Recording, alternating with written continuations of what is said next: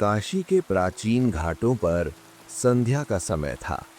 सूर्य की अंतिम किरणें गंगा के पवित्र जल पर सोने की तरह पिघल रही थीं और हवा में अगरबत्तियों की भीनी भीनी सुगंध तैर रही थी। ये वो समय था जब दिन और रात का मिलन होता है, एक ऐसा संधि काल जहां शोर थम जाता है और मन की गहराइयां जाग उठती हैं। घाट से कुछ ही दूरी पर पुरानी ईंटों और काले पड़े लकड़ी के दरवाजों वाली एक विशाल हवेली खड़ी थी। कभी इस हवेली के आंगन में व्यापार की चहल पहल हुआ करती थी। सिक्कों की खनक और मुनीमों की कलम चलने की आवाज गूंजती थी। लेकिन आज वहां केवल एक भारी सन्नाटा था। ये सन्नाटा डरावना नहीं, बल्कि किसी थके हुए पथिक की सांस जैसा गहरा और ठहरा हुआ था। हवेली की ऊपरी खिड़की पर जयंत खड़ा था। उसकी आंखों में वही डूबता हुआ सूरज था जो सामने गंगा में दिखाई दे रहा था। उसके कंधे झुके हुए थे, जैसे उन पर किसी अदृश्य बोझ का भार रखा हो। वो अपने पूर्वजों की उस धरोहर को देख रहा था जो अब रेत की तरह उसकी मुट्ठी से फिसल चुकी थी। समय का चक्र बड़ा निर्मम होता है। वो राजा को रंक और रंक को राजा बनाने में देर नहीं करता। जयंत के मन में कोई क्रोध नहीं था, बस एक स्वीकारोक्ति थी, एक गहरे और शांत समुद्र जैसी स्वीकारोक्ति। उसे पता था कि इस शहर की गलियां अब उसे वो सम्मान नहीं दे पाएंगी जो कभी उसके पिता का हुआ करता था। उसे जाना होगा, लेकिन जाने से पहले उसे अपने अतीत के सबसे भारी सच को सुरक्षित रखना था। एक ऐसा सच जो लोहे के रूप में उसके घर के अंधेरे कोने में रखा था। कहानी की ये शुरुआत किसी अंत की नहीं, बल्कि एक लंबी यात्रा की प्रस्तावना है। एक ऐसी यात्रा जहां मनुष्य का चरित्र और उसका भाग्य लोहे के एक पुराने तराजू पर तौले जाने वाले थे। स्वागत है कहानियों के समुंदर में। आज की कहानी है लोहे का तराजू। ये कहानी आपके उलझनों को थोड़ा हल्का करेगी और आपको एक शांत, सुरक्षित नींद तक धीरे धीरे ले जाएगी। अगर हमारी ये कहानियाँ आपके दिल को ज़रा सा भी सुकून देती हैं, तो चैनल को सब्सक्राइब कर लीजिए। आपका एक लाइक और एक छोटा सा कमेंट हमें अगली रात की कहानी लाने की हिम्मत देता है।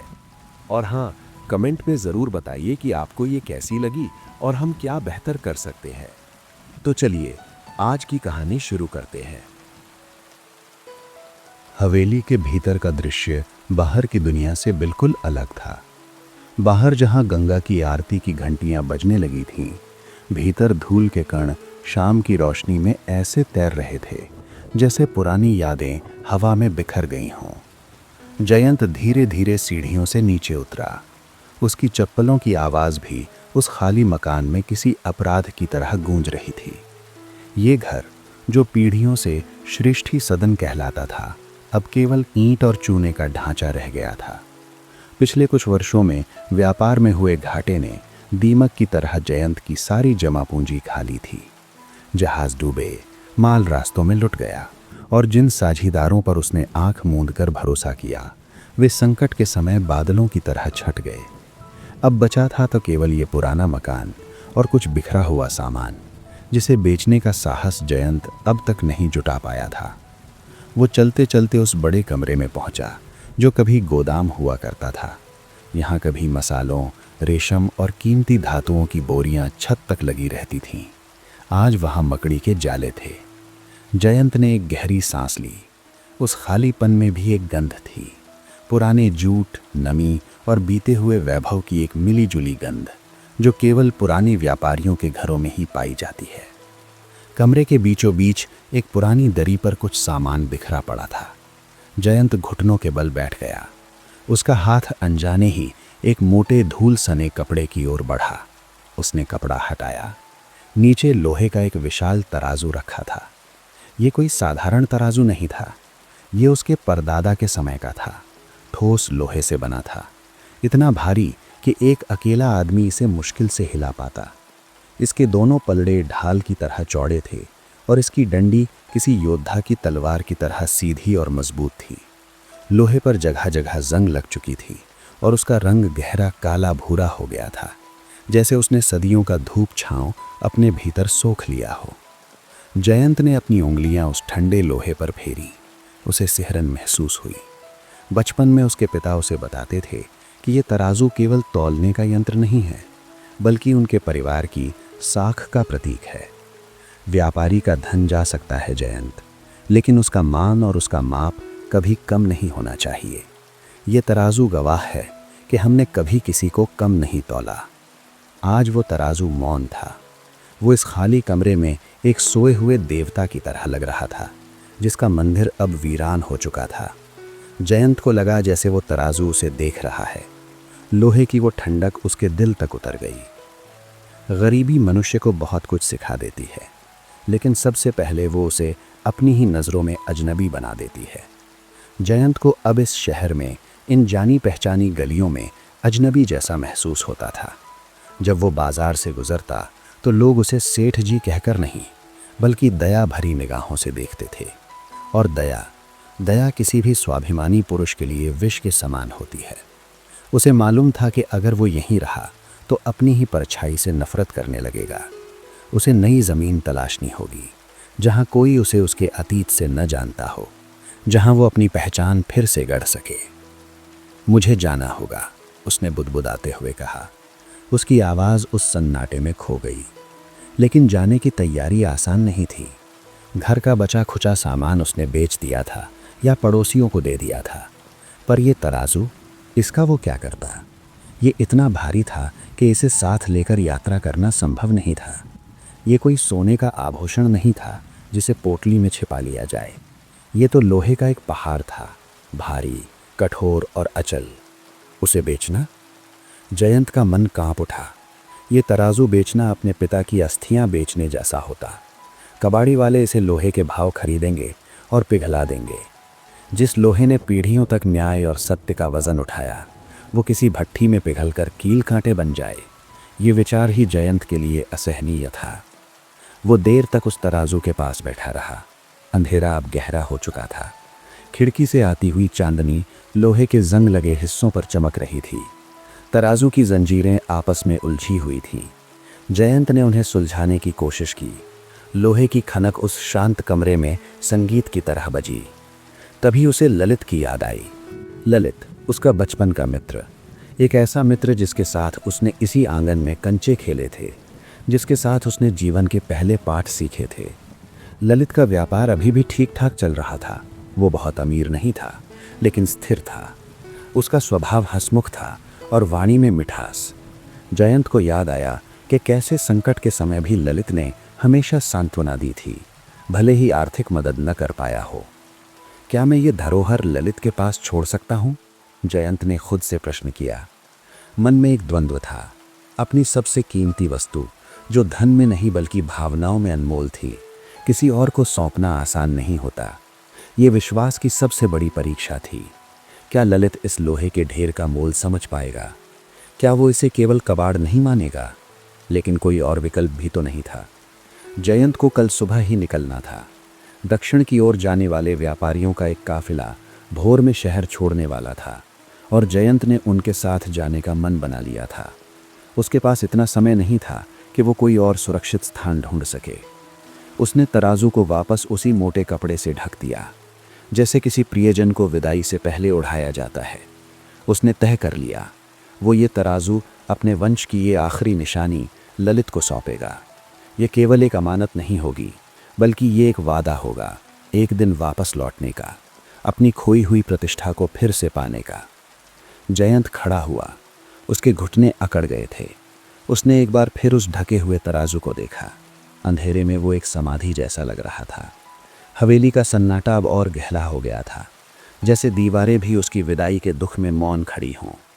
उसने अपनी पुरानी चादर उठाई, कंधे पर डाली और कमरे से बाहर निकल गया। गलियारे में चलते हुए उसे अपने ही घर की हर ईंट, हर कोना उसे रोकता हुआ महसूस हो रहा था। यादें किसी जिद्दी बच्चे की तरह उसका दामन पकड़ रही थीं। वो किचन जहाँ माँ के हाथ का खाना बनता था, वो बैठक जहाँ पिता अपनी पगड़ी उतार कर रखते थे, सब कुछ पीछे छूट रहा था। लेकिन लोहे का वो भार जो अभी भी गोदाम के फर्श पर रखा था, उसके मन पर सबसे ज़्यादा भारी था। उसे ये नहीं पता था कि जिस लोहे को वो सुरक्षा के लिए छोड़ने जा रहा है, वही लोहा भविष्य में उसके और ललित के बीच एक ऐसी दीवार खड़ा कर देगा जिसे तोड़ना आसान नहीं होगा। बाहर हवा थोड़ी तेज हो गई थी। गंगा की लहरों का शोर अब हवेली तक सुनाई दे रहा था। जयंत ने मुख्य द्वार खोला। पुरानी कब्जों ने एक दर्द भरी आवाज़ की। सामने अंधेरी गली थी जो उसे ललित के घर की ओर ले जाने वाली थी। उसने एक अंतिम बार पीछे मुड़कर अपने घर को नहीं देखा, क्योंकि वो जानता था कि अगर उसने पीछे मुड़कर देखा तो शायद उसके कदम आगे नहीं बढ़ पाएंगे। उसने अपनी भावनाओं को कठोर कर लिया, बिल्कुल उस लोहे की तरह, और अंधेरे में कदम बढ़ा दिया। विश्वास का एक नया अध्याय शुरू होने वाला था, पर क्या ये विश्वास उस लोहे के तराजू जैसा ही मजबूत साबित होगा या जंग इसे भी खा जाएगी? ये प्रश्न रात की हवा में अनुत्तरित रह गया। काशी की संकरी गलियां रात के इस पहर में किसी गहरी नींद में डूबी हुई थीं। दिन भर जो गलियां शोर, भजन और व्यापार की आवाजों से गूंजती रहती थीं, वे अब बिल्कुल शांत थीं। केवल कभी-कभी दूर से कुत्तों के भौंकने की आवाज या गंगा के घाटों से टकराती हवा की साएं-साएं सुनाई दे रही थी। जयंत एक छोटा सा हाथ ठेला धकेलते हुए आगे बढ़ रहा था।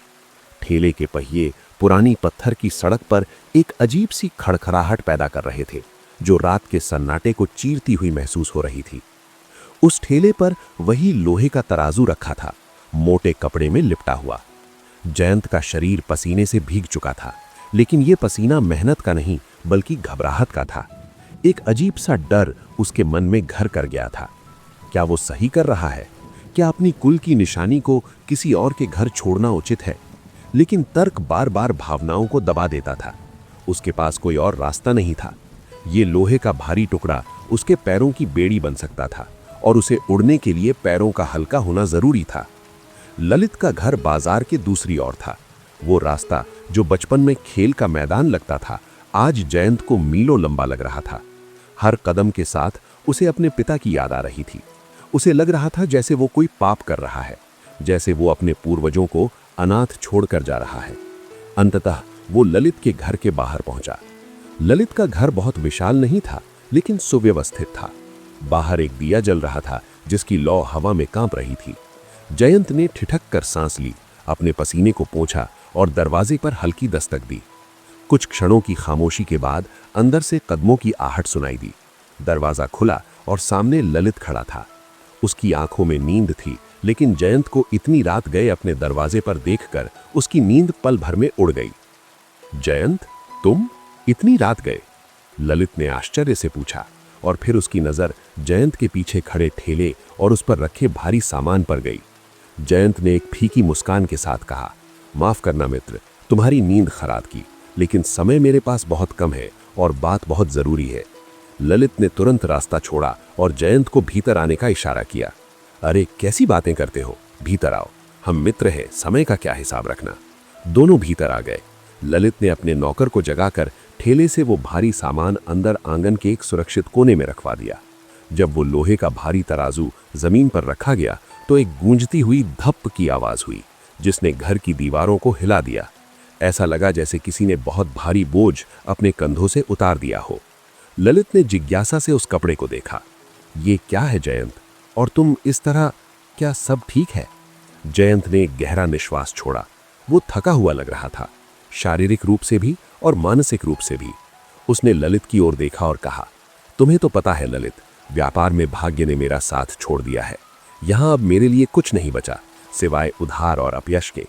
ललित ने सहानुभूति से सिर हिलाया। उसे जयंत की स्थिति का अंदाजा था। पूरे बाजार में चर्चा थी कि श्रेष्ठ ही सदन का दीपक बुझने वाला है।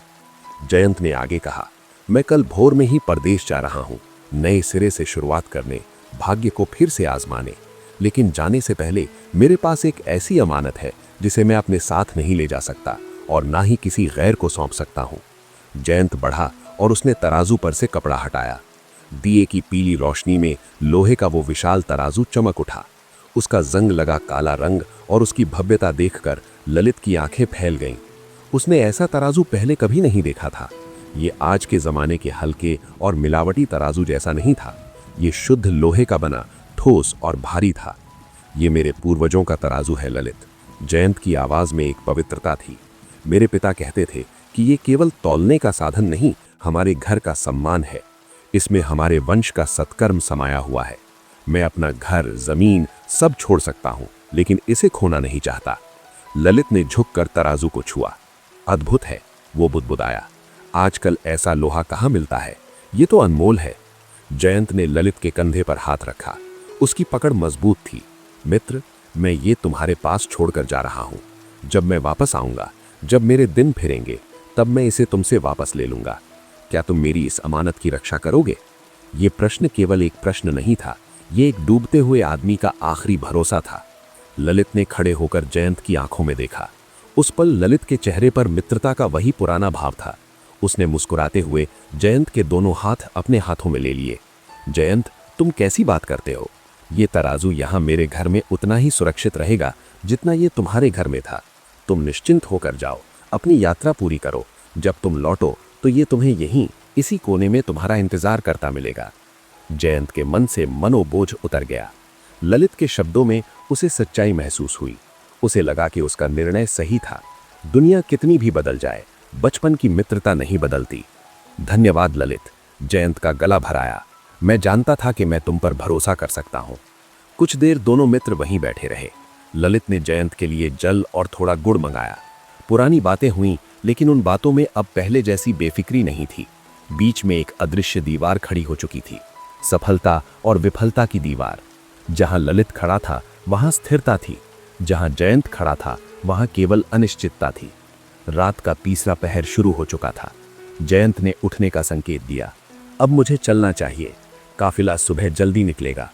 ललित उसे छोड़ने दरवाजे तक आया। अपना ख्याल रखना मित्र, ललित ने कहा, और पत्र भेजते रहना। जयंत ने सिर हिलाया। वो मुड़ा और अंधेरी गली में वापस चल दिया। उसने एक बार भी पीछे मुड़कर नहीं देखा, ना ललित को, ना उस घर को जिसके आंगन में उसने अपनी आत्मा का एक टुकड़ा गिरवी रख दिया था। जब जयंत की आकृति अंधेरे में विलीन हो गई तो ललित ने धीरे से दरवाजा बंद किया और कुंडी चढ़ा दी। वो वापस आंगन में आया। दिए की लौ अब बुझने को थी। वो लोहे के तराजू के पास खड़ा हो गया। सन्नाटे में वो तराजू किसी सोए हुए जानवर जैसा लग रहा था। ललित ने उसे पैर से हल्का सा धक्का दिया। वो टस से मस नहीं हुआ। भारी है, ललित ने मन ही मन कहा, बहुत भारी है। उसके मन में उस समय कोई छल नहीं था, कोई बेईमानी नहीं थी। उस समय वो सचमुच अपने मित्र की मदद करना चाहता था। लेकिन मनुष्य का मन पानी की तरह होता है। वो बर्तन के अनुसार अपना आकार बदल लेता है। और समय वो आग है जो पानी को भी भाप बना सकती है। ललित ये नहीं जानता था कि ये लोहा आने वाले वर्षों में उसके मन को कैसे बदलेगा। वो नहीं जानता था कि जिसे वो आज केवल लोहे का टुकड़ा समझ रहा है, वो एक दिन उसके लिए लालच का कारण बन जाएगा। उधर जयंत शहर की सीमा की ओर बढ़ रहा था। उसके हाथ खाली थे, जेब खाली थी, लेकिन मन में एक अजीब सी शांति थी। उसने अपना अतीत सुरक्षित कर लिया था। अब उसके सामने केवल भविष्य था, एक कोरा पन्ना जिस पर उसे अपनी कहानी फिर से लिखनी थी। शहर के बाहर नदी के किनारे व्यापारियों का काफिला तैयार हो रहा था। बैलों के गले की घंटियां, पहियों की चरमराहट और लोगों की धीमी बातचीत। जयंत उस भीड़ में एक अजनबी की तरह शामिल हो गया। उसने एक अंतिम बार काशी के घाटों की ओर देखा, जहां भोर की पहली लालिमा फूट रही थी। मैं लौटूंगा, उसने हवा से वादा किया। मैं अपनी पहचान, अपना नाम और अपना तराजू सब वापस लेने आऊंगा। गाड़ियां चल पड़ी। धूल का एक गुबार उठा और जयंत उसमें ओझल हो गया। पीछे ललित के घर के एक कोने में वो लोहे का तराजू शांत पड़ा था। उस पर सुबह की पहली किरण पड़ी और जंग लगा लोहा एक पल के लिए सोने की तरह चमक उठा। ये चमक एक गवाह थी, एक वादे की, एक भरोसे की और आने वाले उस तूफान की जो अभी बहुत दूर था, लेकिन जिसका बीज आज रात बो दिया गया था। कहानी अब उस दौर में प्रवेश कर रही थी जहां रिश्तों की असली परीक्षा होनी थी। दूरी और समय, ये दो ऐसी चीजें हैं जो लोहे को भी जंग लगा देती हैं। फिर इंसानी फितरत क्या चीज है? काशी की सीमाएं पीछे छूट चुकी थीं। जिस शहर की गलियों में जयंत का बचपन बीता था, अब वो क्षितिज पर एक धुंधली लकीर बन चुका था। बैलगाड़ियों के पहियों से उड़ती हुई धूल ने उस दृश्य को भी ओझल कर दिया। अब सामने केवल एक अनंत अनजान रास्ता था। ये रास्ता केवल मिट्टी और पत्थरों का नहीं था, बल्कि ये उस अज्ञात भविष्य का मार्ग था जो किसी भूखे जानवर की तरह मुंह खोले खड़ा था। जयंत काफिले के साथ पैदल चल रहा था। उसके पैरों में वही पुरानी चप्पलें थीं, लेकिन अब उनके तलवे घिसने लगे थे। पहले कुछ दिन तो शरीर की थकान मन की उदासी में दब गई, लेकिन जैसे जैसे दिन हफ्तों में बदलने लगे, वास्तविकता अपने कठोर रूप में सामने आने लगी। धूप अब सुहावनी नहीं लगती थी, वो त्वचा को जलाती थी। प्यास अब केवल गले को नहीं सुखाती थी, वो आत्मा को भी निचोड़ लेती थी। वो एक व्यापारी का बेटा था, जिसने जीवन भर रेशम के गद्दों पर नींद ली थी और चांदी के बर्तनों में भोजन किया था। लेकिन सड़क किसी की वंशावली नहीं पूछती। सड़क केवल एक ही भाषा जानती है, संघर्ष की भाषा।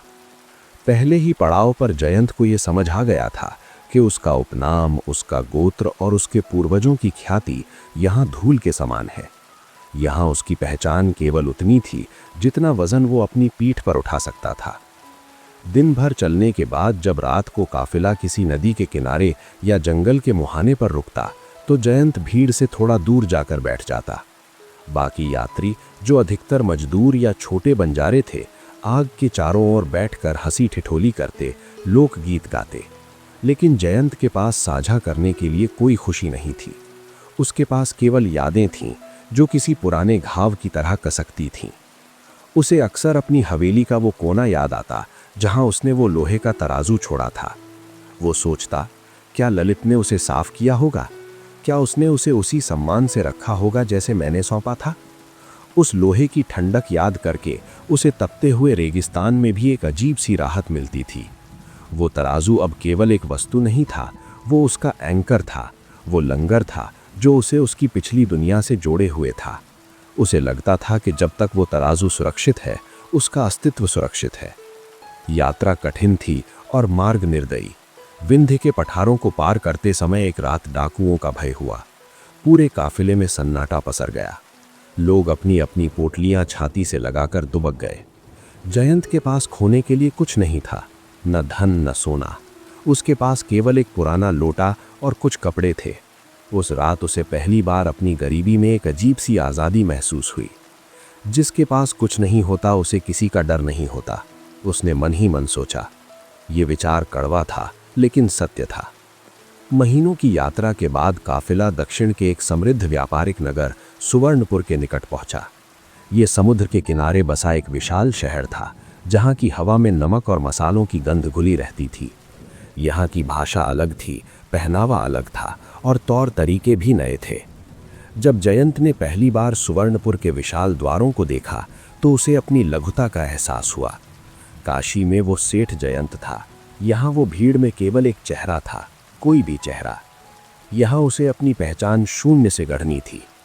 शहर में प्रवेश करते ही उसे जीवन की कठोरता का दूसरा पाठ मिला, भूख। उसकी जमा पूंजी रास्ते में ही खत्म हो चुकी थी। पेट में अन्न का एक दाना नहीं था। एक समय था जब वो दूसरों को भोजन कराता था, और आज वो एक अजनबी शहर के बाजार में खड़ा था, जहां हर तरफ खाने की दुकानें सजी थीं, लेकिन उसकी जेब में एक फूटी कौड़ी नहीं थी।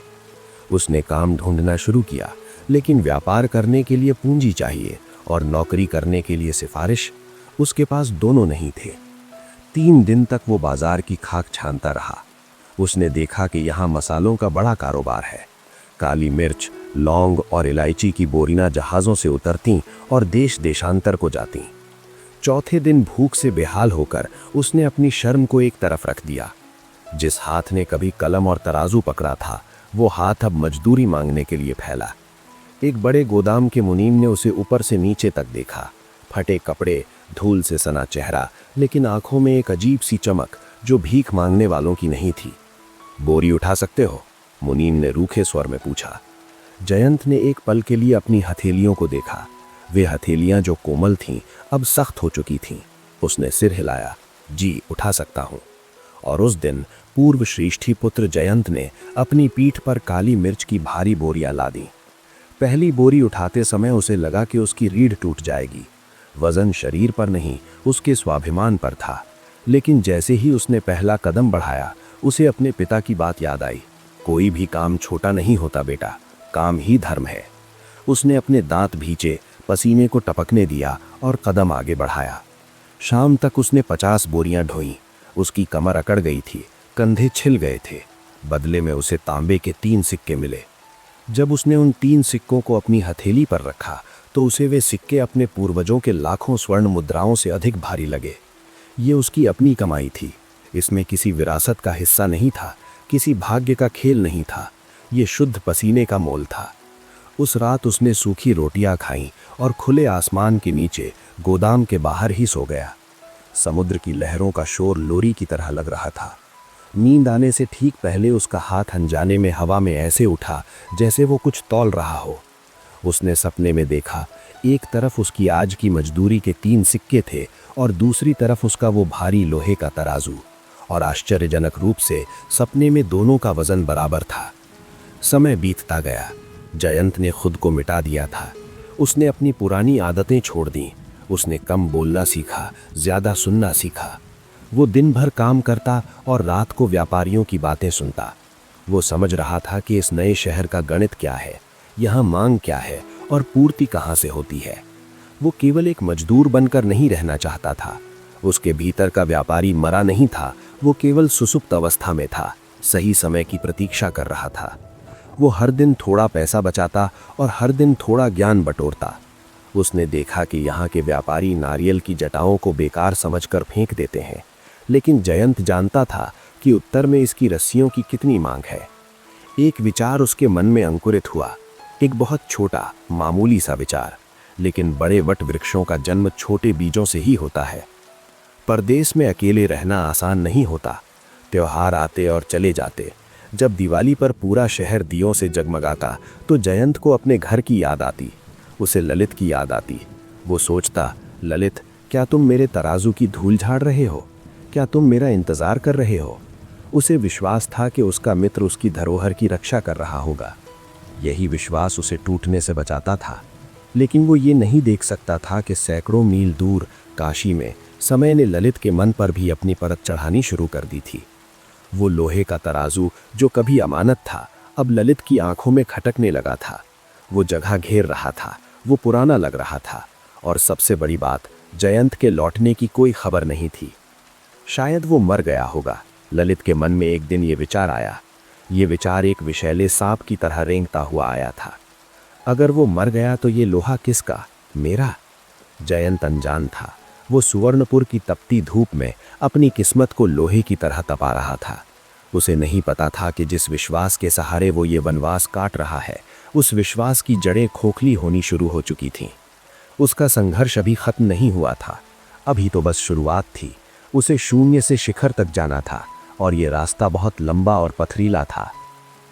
सुवर्णपुर के तट पर समय की गति लहरों की तरह थी, कभी धीमी और शांत तो कभी उग्र और तीव्र।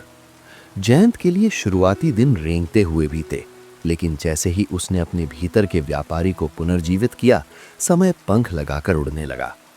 उसने देखा कि सुवर्णपुर के धनी व्यापारी नारियल के फल का गूदा निकालकर उसका तेल और खोपरा तो बेच देते थे, लेकिन उसके ऊपर की सख्त जटाओं को कचरा समझकर समुद्र किनारे फेंक देते थे।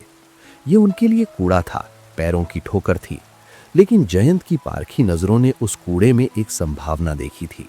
उसने काशी में सुना था कि जहाजों के लंगर को थामने वाली रस्सियां इन्हीं जटाओं से बनती हैं, जो खारे पानी में भी नहीं गलती।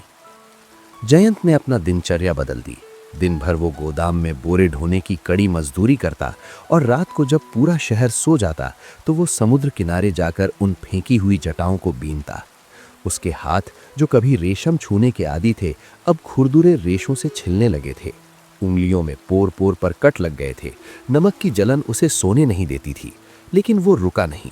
वो उन जटाओं को पानी में भिगोता, उन्हें कूटता और फिर देर रात तक दिए की टिमटिमाती रोशनी में उनसे रस्सियां बटना शुरू करता।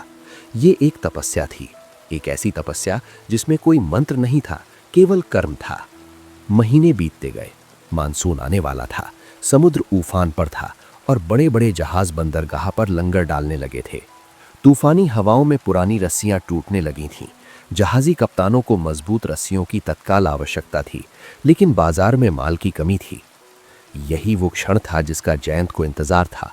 वो अपनी रस्सियों का गट्ठर लेकर बंदरगाह पर पहुंचा। उसकी रस्सियां मशीन की बनी हुई सुंदर नहीं थीं, लेकिन वे हाथ की बटी हुई, बेजोड़ और मजबूत थीं। एक विदेशी कप्तान ने रस्सियों को खींचकर देखा, उनकी मजबूती परखी और तुरंत मुंह मांगी कीमत पर खरीद लिया। उस शाम जब जयंत अपनी झोपड़ी में लौटा तो उसकी कमर में बंधी थैली में तांबे के नहीं, चांदी के सिक्के खनक रहे थे। ये उसकी पहली जीत थी। ये केवल धन नहीं था, ये प्रमाण था कि बुद्धि और परिश्रम का मेल हो जाए तो कचरा भी सोना बन सकता है। उसने वो पैसा अपनी सुख सुविधा पर खर्च नहीं किया, उसने उसे निवेश किया। उसने और जटाएं खरीदी, कुछ लोगों को काम पर रखा और रस्सियों का व्यापार बड़े स्तर पर शुरू कर दिया। धीरे धीरे रस्सियों से वो मसालों की ओर बढ़ा। सुवर्णपुर की काली मिर्च और इलायची को उसने उत्तर के राज्यों में भेजने की व्यवस्था की। वर्ष बीतते गए, 1, 2, 5, 7। समय ने जयंत का रूप बदल दिया था। अब वो दुबला पतला सहमा हुआ युवक नहीं था जो वर्षों पहले काशी से भागा था। अब उसके कंधों में चौड़ाई थी, चाल में एक गंभीर ठहराव था और चेहरे पर अनुभव की लकीरें थीं। उसकी दाढ़ी में अब सफेदी झलकने लगी थी। अब वो सेठ जयंत बन चुका था, जिसका नाम सुवर्णपुर की मंडियों में सम्मान से लिया जाता था। लेकिन धन आने के बाद भी उसके जीवन में एक अजीब सा खालीपन था। उसने यहाँ अपना घर नहीं बनाया, नहीं विवाह किया। वो एक सराय के अच्छे कमरे में रहता था, सादा भोजन करता था और अपनी कमाई का एक बड़ा हिस्सा सोने की मोहरों में बदलकर एक संदूक में जमा करता रहता था। सुवर्णपुर के लोग उसे तपस्वी सेठ कहते थे। उन्हें आश्चर्य होता था कि इतना धन होने के बाद भी ये व्यक्ति इसका भोग क्यों नहीं करता। वे नहीं जानते थे कि जयंत का लक्ष्य धन कमाना नहीं था। उसका लक्ष्य केवल एक था, उस तराजू के पलड़े को बराबर करना जो वर्षों पहले झुक गया था। हर रात सोने से पहले वो अपनी यादों में काशी की यात्रा करता। वो सोचता, अब मेरे पास इतना धन है कि मैं अपनी पुरानी हवेली वापस खरीद सकूं। अब मैं सिर उठाकर उन गलियों में चल सकूंगा। और फिर उसे ललित का चेहरा याद आता, वो भोला भाला चेहरा, वो विदाई की रात और वो वादा। ललित, वो अक्सर रात के सन्नाटे में बुदबुदाता, मेरे मित्र, मैं आ रहा हूं, उम्मीद है तुमने मेरी अमानत को जंग नहीं लगने दिया होगा। उसे ललित पर अटूट विश्वास था। उसे लगता था कि दुनिया में सब कुछ बदल सकता है, लेकिन बचपन की मित्रता नहीं।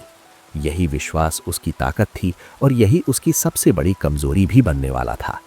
7वें वर्ष के अंत में जयंत को लगा कि अब समय आ गया है। उसके पास पर्याप्त धन है। उसने अपना सुवर्णपुर का सारा कारोबार समेटना शुरू किया। ये आसान नहीं था। जमे जमाए व्यापार को बेचना भी एक कला है।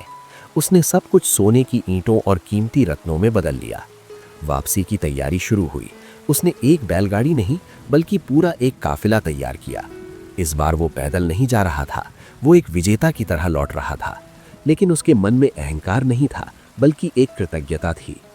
जिस दिन उसे सुवर्णपुर छोड़ना था, उस दिन भी वो समुद्र किनारे गया।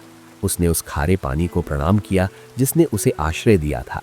उसने उस मिट्टी को माथे से लगाया जिसने उसे शून्य से शिखर तक पहुंचाया था। हर निर्वासन का एक अंत होता है। राम का वनवास 14 वर्ष का था, मेरा 7 वर्ष में ही पूरा हो गया। काफिला चल पड़ा। पहियों की गड़गड़ाहट ने फिर से धूल उड़ाई, लेकिन इस बार दिशा उत्तर की ओर थी, काशी की ओर, घर की ओर। रास्ता वही था, वही जंगल, वही नदियां, वही पहाड़, लेकिन देखने वाली आंखें बदल गई थीं। जिन जंगलों में उसे पहले डाकुओं का डर लगता था, अब वो उसे शांत और रमणीय लग रहे थे। जिस धूप ने उसे जलाया था, अब वो उसे सुहावनी लग रही थी। परिस्थिति बदलने पर प्रकृति भी अपना रूप बदल लेती है। जैसे जैसे काशी निकट आती गई, जयंत की दिल की धड़कनें बढ़ने लगीं। एक अजीब सी बेचैनी उसे घेरने लगी। क्या सब कुछ वैसा ही होगा? क्या लोग उसे पहचानेंगे? क्या ललित उसे देखकर खुश होगा? कई हफ्तों की यात्रा के बाद एक शाम दूर क्षितिज पर उसे मंदिरों के कलश दिखाई दिए। गंगा की वही परिचित चमक, हवा में वही पुरानी गंध। जयंत की आंखों में आंसू आ गए। परदेश में महल बनाने से बेहतर है अपने देश की झोपड़ी। जब उसका काफिला शहर के मुख्य द्वार में दाखिल हुआ तो लोगों की भीड़ जमा हो गई। कौन है ये? लोग एक दूसरे से पूछ रहे थे। जयंत ने अपनी गाड़ी का पर्दा हटाया। उसने देखा कि शहर बदल गया है। नई इमारतें बन गई हैं, कुछ पुरानी गिर गई हैं। चेहरे नए हैं, लेकिन आत्मा वही है। वो सीधा अपनी पुरानी हवेली की ओर नहीं गया। वो जानता था कि अब वो किसी और की हो चुकी होगी। वो एक धर्मशाला में रुका। उसने अपने सामान की सुरक्षा का प्रबंध किया। उसकी सबसे पहली प्राथमिकता आराम करना नहीं थी। उसकी सबसे पहली इच्छा अपने मित्र से मिलने की थी, और उससे भी बढ़कर अपनी उस लोहे की आत्मा को वापस पाने की थी। उसने स्नान किया, साफ वस्त्र पहने। उसने अपने साथ कोई कीमती उपहार नहीं लिया, केवल थोड़ा सा प्रसाद और एक मित्र का प्रेम लेकर वो ललित के घर की ओर चल पड़ा। शाम घिरने वाली थी। गलियां वही थीं जहां से वो 7 साल पहले चोरों की तरह अंधेरे में मुंह छिपाकर निकला था। आज वो सीना तान कर चल रहा था। उसके कदमों में एक लय थी। ललित का घर आ गया। घर का ढांचा वही था, लेकिन अब उस पर नया रंग रोगन था। बाहर एक चौकीदार बैठा था। ये बदलाव का पहला संकेत था। पहले ललित के घर कोई पहरा नहीं होता था। जयंत ने चौकीदार से कहा, अपने मालिक से कहो उनका पुराना मित्र जयंत आया है। चौकीदार ने उसे ऊपर से नीचे तक देखा। जयंत के कपड़े साधारण थे, लेकिन उसकी आभा प्रभावशाली थी। चौकीदार तुरंत अंदर गया। जयंत बाहर खड़ा इंतजार करने लगा। उसका दिल जोरों से धड़क रहा था। वो उस मिलन की कल्पना कर रहा था, गले मिलना, आंसुओं का छलकना और फिर वो तराजू। लेकिन उसे ये नहीं पता था कि दरवाजे के उस पार ललित ये नाम सुनकर खुश नहीं बल्कि पत्थर हो गया था। जयंत, एक मुर्दा नाम फिर से जिंदा हो गया था। और उस नाम के साथ जिंदा हो गया था वो डर जो ललित ने पिछले कुछ वर्षों में उस लोहे के तराजू के साथ अपने तहखाने में दफन कर दिया था। दरवाज़ा खुलने में थोड़ी देर हुई।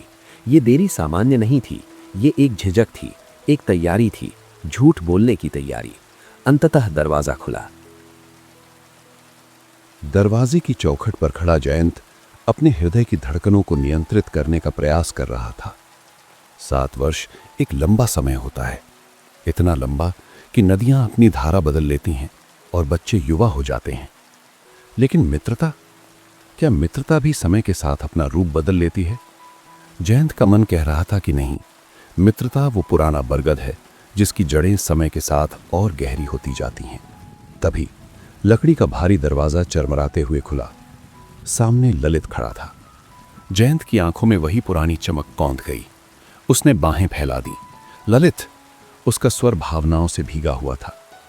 लेकिन ललित एक क्षण के लिए ठिठका रहा। उसकी आंखों में वो सहज उल्लास नहीं था जो एक बिछड़े हुए मित्र को देखकर होता है। उसकी आंखों में पहले एक झटका था, फिर संशय और अंत में एक ओढ़ी हुई मुस्कान। ये सब इतनी तेजी से हुआ कि कोई साधारण व्यक्ति इसे भांप नहीं पाता। पर जयंत, जिसने पिछले 7 वर्षों में हजारों अजनबी चेहरों को पढ़ना सीखा था, उसे ये खटक गया। फिर भी उसने उस विचार को झटक दिया। जयंत मेरे भाई, ललित ने आगे बढ़कर उसे गले लगाया। वो आलिंगन ढीला था। उसमें वो कसक नहीं थी, वो ऊष्मा नहीं थी जो उस विदाई की रात थी। ललित का शरीर अब पहले से ज्यादा भारी हो गया था। उसके कपड़ों से महंगे इत्र की गंध आ रही थी जो इतनी तेज थी कि उसने जयंत को असहज कर दिया। अंदर आओ, तुम तो बिल्कुल बदल गए हो, ललित ने उसे बाह से पकड़कर अंदर खींचते हुए कहा। जब जयंत ने घर के भीतर कदम रखा तो वो हैरान रह गया। वो पुराना सादा घर अब एक छोटी हवेली का रूप ले चुका था।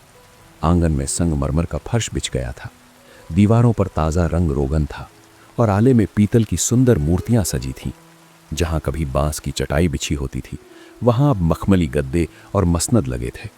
छत से एक बड़ा सा झाड़ फानूस लटक रहा था जिसमें कई मोमबत्तियां जल रही थीं। बैठो, यहां आराम से बैठो, ललित ने एक मसनद की ओर इशारा किया। उसने आवाज लगाई, अरे कोई है? देखो तो कौन आया है, ठंडा शरबत लाओ और फल भी।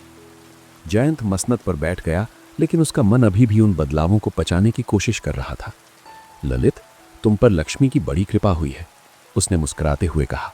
तुम्हारे घर की रौनक देखकर आंखें जुड़ा गईं। ललित भी सामने वाले गद्दे पर बैठ गया। उसने अपनी उंगलियों में पहनी सोने की अंगूठियों को अनजाने में घुमाते हुए कहा, हाँ मित्र, बस ऊपर वाले की दया है और थोड़ी मेहनत। समय बदलता है ना? उसने तिरछी नजरों से जयंत के साधारण कपड़ों को देखा। और तुम सुनाओ, तुम तो ऐसे गायब हुए जैसे धरती निकल गई हो। मैंने सोचा था कि शायद तुम अब कभी। वो वाक्य अधूरा छोड़कर रुक गया। लौटोगे नहीं? जयंत ने वाक्य पूरा किया। हाँ, राह कठिन थी ललित, बहुत कठिन। कई बार लगा कि शायद ये जीवन वहीं परदेश की धूल में मिल जाएगा, लेकिन एक ही चीज थी जिसने मुझे जिंदा रखा, वापसी की उम्मीद। ललित ने एक बनावटी हंसी हंसी।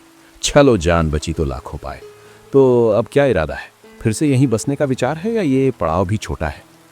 ये प्रश्न साधारण लग सकता था, लेकिन इसके पीछे एक गहरी टोह थी। ललित ये जानना चाहता था कि जयंत की हैसियत क्या है। क्या वो मदद मांगने आया है या वो समर्थ होकर लौटा है? जयंत ने शांति से उत्तर दिया, अब कहीं नहीं जाना मित्र, बहुत भटक लिया। अब अपनी मिट्टी में ही जड़ें जमानी है। सुवर्णपुर में ईश्वर ने थोड़ी मदद की तो कुछ जमा पूंजी हो गई है। सोचता हूं यहीं फिर से व्यापार शुरू करूं। जमा पूंजी शब्द सुनते ही ललित की आंखों में एक चमक आ गई, लेकिन अगले ही पल एक छाया भी गुजर गई।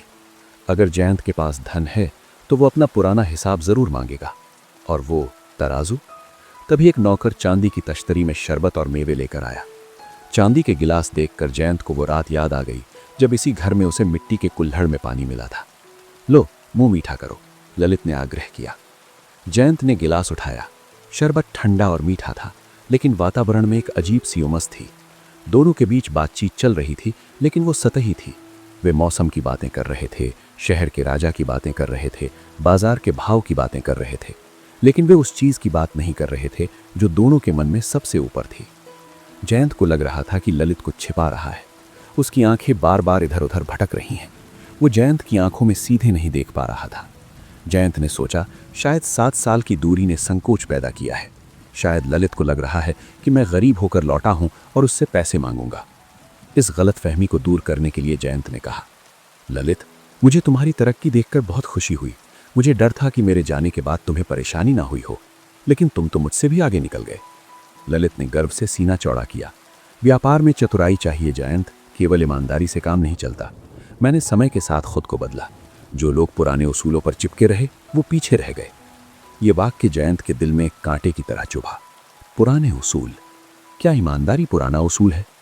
बातचीत के दौरान जयंत की नजरें बार बार उस कोने की ओर जा रही थीं जहां उसने 7 साल पहले वो तराजू रखा था। अब वहां एक सुंदर लकड़ी की अलमारी रखी थी। तराजू वहां नहीं था। जयंत का दिल थोड़ा बैठा, लेकिन उसने खुद को समझाया, स्वाभाविक है, इतने साल कोई भारी लोहे का सामान आंगन में सजाकर तो नहीं रखेगा। जरूर ललित ने उसे गोदाम में या सुरक्षित स्थान पर रखवाया होगा। शाम ढल चुकी थी। अब उठने का समय था। जयंत को लगा कि अब और टालना उचित नहीं है। उसे अपनी अमानत के बारे में पूछना ही होगा। उसने शरबत का खाली गिलास तश्तरी में रखा। एक क्षण की खामोशी छा गई। ललित, जयंत ने गंभीर स्वर में कहा, तुम्हें याद है जिस रात में गया था मैंने तुम्हारे पास कुछ छोड़ा था? ललित के चेहरे का रंग पल भर के लिए उड़ गया, जैसे किसी ने जलती मोमबत्ती पर फूंक मार दी हो। लेकिन वो मझा हुआ खिलाड़ी था। उसने तुरंत अपने चेहरे पर एक दुखद और गंभीर मुखौटा लगा लिया। उसने एक लंबी भारी सांस ली और सिर झुका लिया। जयंत का माथा ठनका। क्या हुआ ललित, तुम चुप क्यों हो? ललित ने धीरे से सिर उठाया। उसकी आंखों में एक अजीब सी लाचारी थी, एक ऐसी लाचारी जो इतनी पूर्ण थी कि वो झूठी लग रही थी। जयंत भाई, ललित ने धीमी आवाज में कहा, मैं शर्मिंदा हूं। मैं नहीं जानता कि मैं तुमसे नजरें कैसे मिलाऊं। मैं उस दिन का इंतजार कर रहा था कि तुम आओ, और उस दिन से डर भी रहा था। जयंत के पेट में एक मरोड़ उठी। साफ साफ कहो ललित, क्या हुआ मेरे तराजू को? क्या वो चोरी हो गया? ललित खड़ा हो गया। वो कमरे में टहलने लगा, जैसे अपने शब्दों को तौल रहा हो। चोरी नहीं, चोरी नहीं। काश चोरी हो गया होता तो मैं चोर को कोसता, लेकिन यहां तो प्रकृति ने ही खेल खेल दिया। वो जयंत के पास आकर रुका और उसके कंधे पर हाथ रखा। मित्र, वो तराजू, वो अब नहीं रहा। जयंत अवाक रह गया। नहीं रहा? लोहे का 25 सेर का तराजू नहीं रहा? इसका क्या मतलब है? क्या वो हवा में उड़ गया? ललित ने बहुत ही दयनीय चेहरा बनाते हुए कहा, बात अजीब लगेगी लेकिन सत्य यही है। तुमने उसे जहां रखा था वो कोना थोड़ा नम था, और मेरे घर में चूहों का बहुत उपद्रव है। वे साधारण चूहे नहीं हैं, वे राक्षसी चूहे हैं। इन 7 वर्षों में उन चूहों ने तुम्हारे उस लोहे के तराजू को कुतर कुतर कर खा लिया। जब तक मैंने देखा तब तक वहां केवल लोहे का बुरादा बचा था। कमरे में सन्नाटा छा गया, इतना गहरा सन्नाटा कि मोमबत्ती की लौ के फड़फड़ाने की आवाज भी सुनाई दे रही थी। जयंत ने ललित के चेहरे को गौर से देखा। वो देखना चाहता था कि क्या उसका मित्र मजाक कर रहा है। क्या अभी वो हंस देगा और कहेगा, अरे मैं तो बस तेरी परीक्षा ले रहा था, ये रहा तेरा तराजू। लेकिन ललित हंसा नहीं, वो गंभीर बना रहा। उसकी आंखों में एक ढिठाई थी जो कह रही थी, यही मेरा सच है, तुम क्या कर लोगे? जयंत के भीतर एक ज्वालामुखी धधक उठा। चूहे लोहा खा गए? ये दुनिया का सबसे भद्दा और अपमानजनक झूठ था। ये केवल धन की चोरी नहीं थी, ये उसकी बुद्धि का अपमान था। ललित उसे मूर्ख समझ रहा था। उसे लग रहा था कि जयंत वही पुराना भावुक और सीधा साधा इंसान है जो इस बेतुकी कहानी पर विश्वास कर लेगा। लेकिन जयंत अब वो नहीं था। उसने दुनिया देखी थी, उसने इंसानी फितरत के कई रंग देखे थे। उसने क्रोध को अपने गले में ही रोक लिया। उसने अपने चेहरे की मांसपेशियों को शिथिल कर लिया। उसने गहरी सांस ली और मुस्कुरा दिया। ये मुस्कान ललित के लिए अप्रत्याशित थी।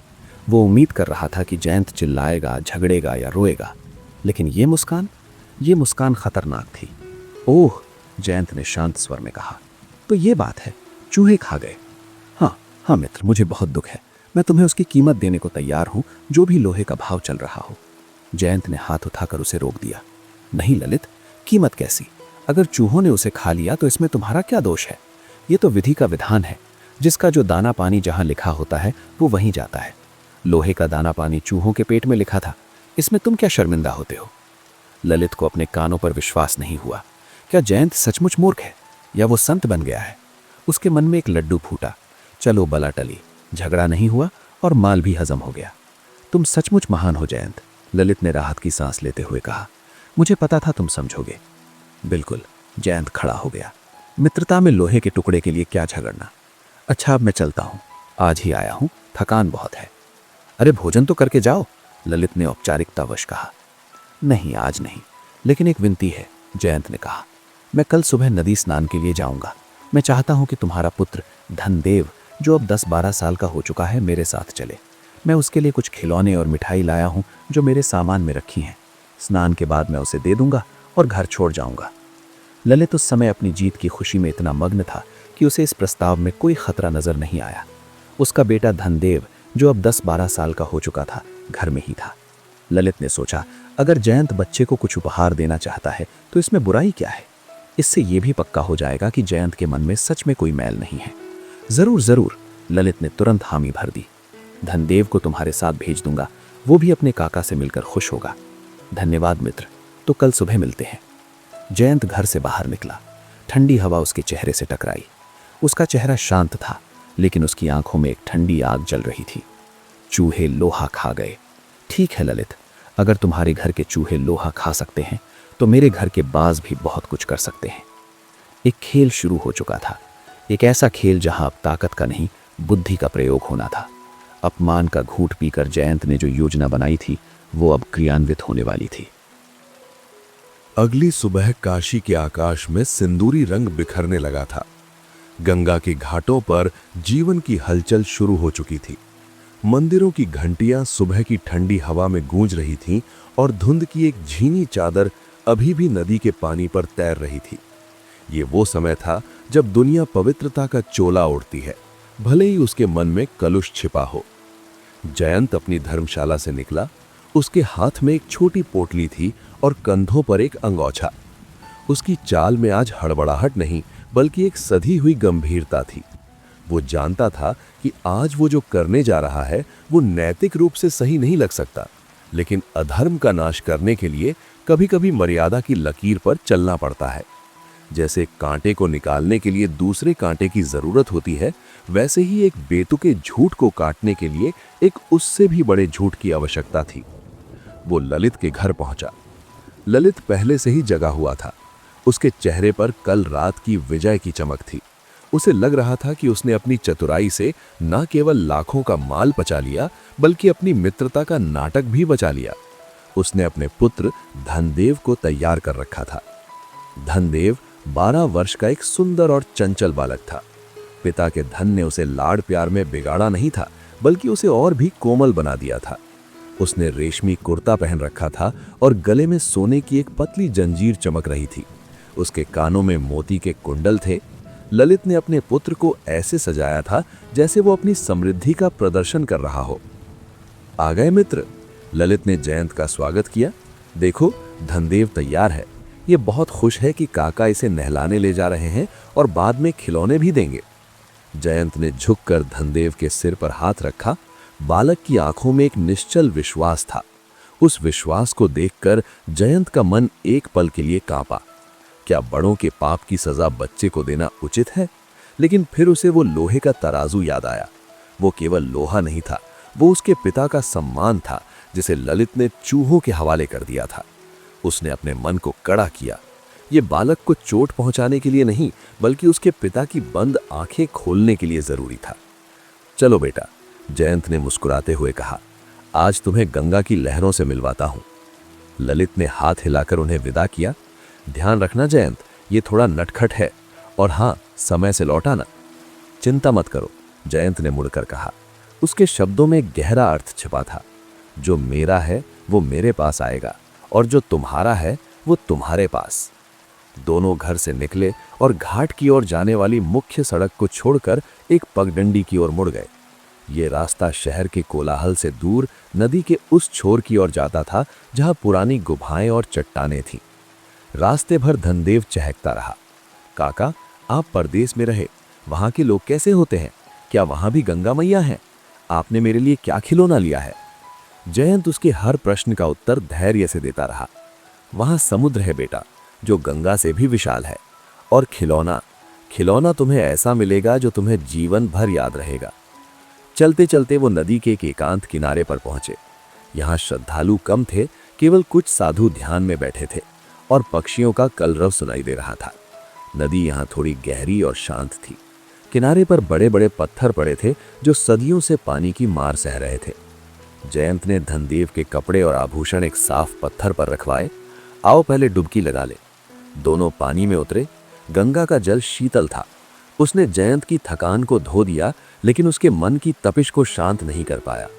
धनदेव पानी में छप छप कर रहा था, हंस रहा था। जयंत उसे देख रहा था, एक रक्षक की तरह नहीं, बल्कि एक शिकारी की तरह जो अपने जाल को कसने जा रहा है। स्नान के बाद जब वे बाहर निकले तो जयंत ने कहा, धनदेव, खिलौने मैंने यहाँ पास की एक गुफा में छिपा कर रखे हैं। ये खेल है, तुम्हें वहां जाना होगा। बालक उत्साह से भर गया। गुफा? कहाँ है गुफा? जयंत उसे किनारे से लगी एक पहाड़ी की तलहटी की ओर ले गया। वहां झाड़ियों के पीछे एक पुरानी प्राकृतिक गुफा थी। ये गुफा बहुत गहरी नहीं थी, लेकिन बाहर से दिखाई भी नहीं देती थी। इसे ऋषि कंदरा कहा जाता था, जो अब प्रायः खाली रहती थी। अंदर जाओ, जयंत ने इशारा किया। वहां एक संदूक है, उसमें तुम्हारे लिए मिठाई और खिलौने हैं। तुम वहीं बैठकर खाओ, मैं अभी आता हूं। बालक बाल सुलभ उत्सुकता में बिना किसी डर के गुफा के भीतर चला गया। अंदर सचमुच जयंत ने पहले से ही कुछ मिठाइयां और लकड़ी के सुंदर खिलौने रख छोड़े थे, जो उसने सुबह आते समय वहां छिपाए थे। बालक खिलौनों में रम गया। जैसे ही बालक का ध्यान बटा, जयंत ने गुफा के मुहाने पर पड़े एक विशाल पत्थर को धकेला। वो पत्थर इतना बड़ा था कि एक बच्चा उसे हिला नहीं सकता था, लेकिन इतना बड़ा भी नहीं कि हवा और रोशनी रुक जाए। उसने गुफा का द्वार लगभग बंद कर दिया, बस थोड़ी सी जगह छोड़ी ताकि बालक को घबराहट ना हो और वो सांस ले सके। काका, अंदर से धनदेव की आवाज आई। अंधेरा हो गया है। जयंत ने बाहर से भारी आवाज में कहा, डरो मत बेटा, ये खेल का हिस्सा है। तुम चुपचाप बैठकर मिठाई खाओ, मैं तुम्हारे पिता को बुलाने जा रहा हूँ। बाहर मत आना, वरना खेल खराब हो जाएगा। अंदर से खाने की आवाज आने लगी। बालक को लगा कि ये कोई लुका छुपी का खेल है। वो निश्चित होकर बैठ गया। जयंत गुफा के बाहर खड़ा रहा। उसने एक गहरी सांस ली। उसका आधा काम हो चुका था। उसने एक निर्दोष को कैद किया था, लेकिन उसे सुरक्षित रखा था। ये अपहरण नहीं, एक सबक था। एक ऐसा सबक जो ललित को याद दिलाएगा कि जब कोई कीमती चीज खोती है तो कैसा लगता है। अब सबसे कठिन हिस्सा बाकी था, वापस जाना, खाली हाथ, और ललित की आंखों में आंखें डालकर वो झूठ बोलना जो ब्रह्मांड का सबसे अविश्वसनीय झूठ होगा। जयंत ने अपने गीले कपड़े निचोड़े, उन्हें कंधे पर डाला और वापस शहर की ओर चल पड़ा। उसकी चाल अब धीमी थी। वो अपने दिमाग में उस संवाद का पूर्वाभ्यास कर रहा था जो कुछ ही देर में होने वाला था। जैसे जैसे वो ललित के घर के करीब आ रहा था, उसका हृदय पत्थर की तरह कठोर होता जा रहा था। उसे दया नहीं दिखानी थी। अगर वो जरा भी लड़खड़ाया तो उसकी 7 साल की तपस्या और उसके पिता का सम्मान सब मिट्टी में मिल जाएगा। दोपहर हो चुकी थी। सूरज सिर पर चढ़ाया था। ललित अपने घर के दरवाजे पर खड़ा बार बार रास्ते की ओर देख रहा था। उसे देर हो रही थी। उसका बेटा और उसका मित्र अभी तक नहीं लौटे थे। तभी उसने दूर से जयंत को आते देखा। जयंत अकेला था। ललित का दिल धक से रह गया। उसने अपनी नजरें जयंत के पीछे दौड़ाईं। शायद धनदेव पीछे आ रहा हो, शायद वो दौड़ रहा हो, लेकिन वहां कोई नहीं था। केवल उड़ती हुई धूल और जयंत की झुकी हुई आकृति थी। ललित नंगे पांव दौड़कर जयंत के पास पहुंचा। जयंत, तुम अकेले? धनदेव कहाँ है? वो तुम्हारे साथ गया था ना? जयंत का चेहरा उतरा हुआ था। उसने अपने माथे पर पसीने की बूंदों को ऐसे पोंछा जैसे वो बहुत गहरे सदमे में हो। उसने ललित की ओर देखा। उसकी आंखों में वही लाचारी थी जो कल रात ललित की आंखों में थी जब उसने चूहों वाली कहानी सुनाई थी। ललित, जयंत की आवाज कांप रही थी। मैं तुमसे कैसे कहूं मित्र, अनर्थ हो गया, घोर अनर्थ हो गया। क्या हुआ, साफ साफ बताओ। ललित ने जयंत के कंधे पकड़कर झकझोर दिया। उसके मन में बुरे से बुरे विचार आने लगे। क्या वो डूब गया? जयंत ने रोनी सूरत बनाते हुए कहा, हम नदी किनारे नहा रहे थे, धनदेव मेरे कपड़ों के पास खड़ा था। तभी आसमान से एक विशाल बाज झपटा। इससे पहले कि मैं कुछ समझ पाता, वो अपने पंजों में धनदेव को जकड़कर उड़ गया। सन्नाटा। एक पल के लिए ललित को लगा कि उसने गलत सुना है। क्या? बाज? जयंत ने दोहराया और अपनी आवाज में और भी दुख भर दिया। एक बहुत बड़ा बाज, वो तुम्हारे फूल जैसे बेटे को उठाकर ले गया ललित। मैं चिल्लाता रहा, दौड़ता रहा, लेकिन वो बादलों में ओझल हो गया। ललित का चेहरा गुस्से से लाल हो गया। उसकी नसों में खून खौल उठा। दुख से ज्यादा उसे इस झूठ की बेहूदगी पर गुस्सा आया। बकवास, ललित चिल्लाया। उसकी आवाज पूरी गली में गूंज गई। क्या तुम पागल हो गए हो जयंत? क्या तुमने भांग पी रखी है? एक बाज एक 15-20 किलो के लड़के को एक पक्षी उठाकर ले जाएगा? क्या तुम मुझे मूर्ख समझते हो? जयंत ने बड़ी मासूमियत से बिल्कुल शांत स्वर में उत्तर दिया, मित्र, संसार में सब कुछ संभव है। अगर एक शहर में चूहे 100 मन लोहे का तराजू खा सकते हैं, तो उसी शहर में बाज बच्चे को भी उठाकर ले जा सकता है। इसमें आश्चर्य कैसा? ये सुनते ही ललित को काटो तो खून नहीं। उसे लगा जैसे किसी ने उसके गाल पर अदृश्य तमाचा मारा हो। वो समझ गया, ये बदला है, ये जैसे को तैसा है। लेकिन पिता का दिल तर्क नहीं सुनता। उसका बेटा गायब था। उसे इस समय अपने पुराने पाप का पश्चाताप नहीं, बल्कि अपने बेटे की चिंता थी। तुम झूठे हो, धूर्त हो। तुमने मेरे बेटे को कहीं छिपा दिया है। बताओ कहाँ है, वरना मैं तुझे कोतवाल के पास ले जाऊंगा। मैं तुझे जेल में सड़ा दूंगा। भीड़ जमा होने लगी थी। पड़ोसी घरों से बाहर निकल आए थे। तमाशा शुरू हो चुका था। जयंत ने ना तो ललित का हाथ झटका, ना ही गुस्सा किया। उसने शांत भाव से भीड़ को सुनाते हुए कहा, जो सत्य था मैंने कह दिया। अब तुम कोतवाल के पास जाओ या राजा के पास, बाज बच्चे को ले गया, यही सत्य है। ललित का सब्र टूट गया। वो जयंत को घसीटते हुए बोला, चलो, अभी चलो, आज फैसला न्यायालय में होगा। मैं देखता हूं कि धर्माधिकारी तुम्हारी इस पागलपन भरी कहानी पर कैसे विश्वास करते हैं। जयंत चुपचाप उसके साथ चल पड़ा। उसके चेहरे पर न डर था न घबराहट। वो जानता था कि न्यायालय ही वो जगह है जहां वो अंततः उस लोहे के तराजू और इंसानी तराजू दोनों को बराबर कर पाएगा। भीड़ उनके पीछे पीछे चल पड़ी। काशी की संकरी गलियों में एक अजीब सा जुलूस निकल आया था। एक रोता हुआ पिता, एक शांत अपराधी और सैकड़ों तमाशबीन, सब यही चर्चा कर रहे थे। बाज बच्चे को ले गया। कलयुग आ गया है भाई, घोर कलयुग। लेकिन कोई ये नहीं पूछ रहा था कि चूहों ने क्या खाया था। न्यायालय का दरवाजा करीब था। वहां न्याय की प्रतीक्षा हो रही थी। लेकिन आज का न्याय साधारण कानूनों से नहीं, बल्कि एक पुरानी कहानी के तर्क से होने वाला था। दोपहर की चिलचिलाती धूप में काशी की सड़कें तप रही थीं। जिस रास्ते से ये अजीबोगरीब जुलूस गुजर रहा था, वहां की धूल पैरों की धमक से हवा में उठकर एक धुंधली परत बना रही थी। सबसे आगे ललित था, जिसके चेहरे पर पसीने और आंसुओं की लकीरें मिलकर एक विचित्र नक्शा बना रही थीं। उसका विलाप अब क्रोध में बदल चुका था। वो बार बार पीछे मुड़कर जयंत को देखता और हर बार उसकी आंखों में एक ही सवाल होता, तुम ऐसा कैसे कर सकते हो? उसके पीछे जयंत चल रहा था। उसके हाथ बंधे नहीं थे, लेकिन वो एक कैदी की भांति ही सिर झुकाए शांत कदमों से चल रहा था। उसे न को भीड़ के शोर से फर्क पड़ रहा था, न ही ललित की गालियों से। वो अपने भीतर एक गहरे ध्यान में था, जैसे कोई योद्धा युद्ध के मैदान में उतरने से पहले अपने मंत्रों का जाप करता है। उसे पता था कि अब जो युद्ध होने वाला है वो तलवारों से नहीं, बल्कि शब्दों और तर्कों से लड़ा जाएगा। भीड़ का शोर बढ़ता जा रहा था। बच्चा चोरी हो गया, बाज उठा ले गया, पागल है क्या, तरह तरह की बातें हवा में तैर रही थीं। यह शोर एक तूफान की तरह काशी के प्रसिद्ध धर्म न्यायालय की ओर बढ़ रहा था। न्यायालय का भवन एक प्राचीन और भव्य इमारत थी। लाल बलुआ पत्थर से बने इसके विशाल खंभे ऐसे लगते थे जैसे वे आकाश का भार अपने कंधों पर उठाए हुए हों। प्रवेश द्वार पर 2 विशाल पत्थर के हाथी बने थे, जो शक्ति और धैर्य के प्रतीक थे। यहाँ का वातावरण शहर के बाकी हिस्सों से बिल्कुल अलग था। जैसे ही कोई इस भवन की सीमा में प्रवेश करता, बाहर का शोर शराबा अचानक धीमा पड़ जाता था। यहाँ की दीवारों में एक ऐसी गंभीरता थी जो बड़े से बड़े अपराधी के मन में भी भय पैदा कर देती थी। ललित ने मुख्य द्वार को पार किया और सीधे न्यायाधिकरण के विशाल कक्ष की ओर दौड़ा। न्याय कक्ष के भीतर ठंडक थी। ऊंची छत से लटकते हुए पंखे धीरे धीरे चल रहे थे। कक्ष के अंतिम छोर पर एक ऊंचे चबूतरे पर धर्माधिकारी यानी न्यायाधीश विराजमान थे। उनका नाम विष्णु शर्मा था, एक वृद्ध, ज्ञानी और बेहद अनुभवी व्यक्ति। उनकी सफेद दाढ़ी उनकी छाती तक आती थी और उनकी आंखों में वो तीक्ष्णता थी जो झूठ के आवरण को भेद कर सत्य को देख सकती थी। वे उस समय एक ताड़पत्र पर कुछ लिख रहे थे जब बाहर के कोलाहल ने उनका ध्यान भंग किया। दुहाई हो महाराज, दुहाई हो, ललित की आवाज ने न्याय कक्ष की शांति को भंग कर दिया। धर्माधिकारी ने धीरे से सिर उठाया। उन्होंने अपने चश्मे को ठीक किया और सामने देखा। एक बदहवास व्यक्ति जिसके कपड़े अस्त व्यस्त थे दौड़ता हुआ उनके आसन के निकट आ गया था।